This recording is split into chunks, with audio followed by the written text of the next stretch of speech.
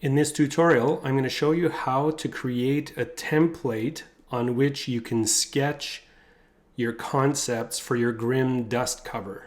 So I'm in Illustrator and I've created a new document that's the size of my dust cover. It's 45 centimeters wide by 20 centimeters tall. And the bleed in this case doesn't even matter because this is kind of a little temporary file that I'm going to make just to do a sketching template. And you'll see what I mean in a second. So let's go ahead and draw the flaps and the back and the front and the spine on this page. So I'm going to draw a rectangle that exactly covers the page. Then I'm going to go, and I'm just in a black stroke here, it doesn't matter. I'm going to go path, offset path, put in -1 because that's my margins.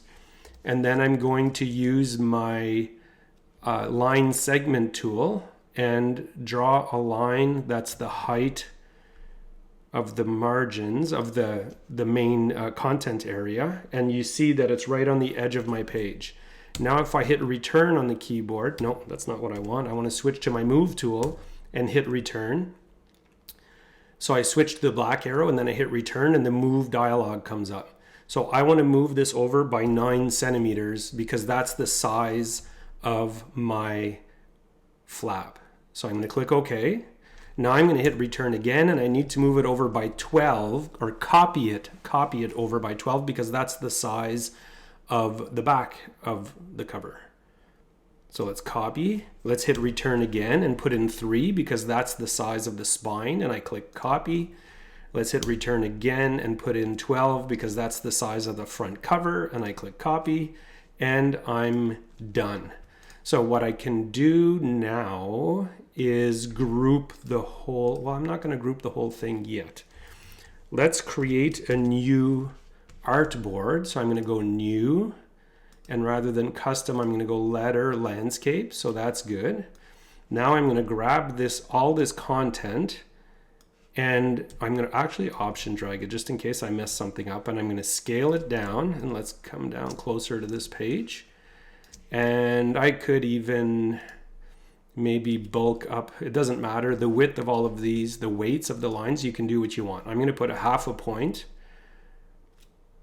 and that's pretty much it. So I'm about to change it again there because here. So when I scale it, my line weights scale. So I'm just going to reset that to 0.5 point. And now I can cover my page. I can cover my page with these graphics. Actually, best to group them. So I just grouped it. And now I'm going to duplicate it over. And then duplicate like this. And now I really kind of don't need the first page anymore, but I'll leave it there just in case. And I can print out this letter page on my printer at home and use these to sketch with a pencil to make sure everything's in proportion. And I can put it on the front or back flaps or the cover or the spine. And the outside black line is the trim size. So you're looking at the whole cover with no bleed. So it's fine to sketch on this and it'll give you a good guide to keep everything in proportion.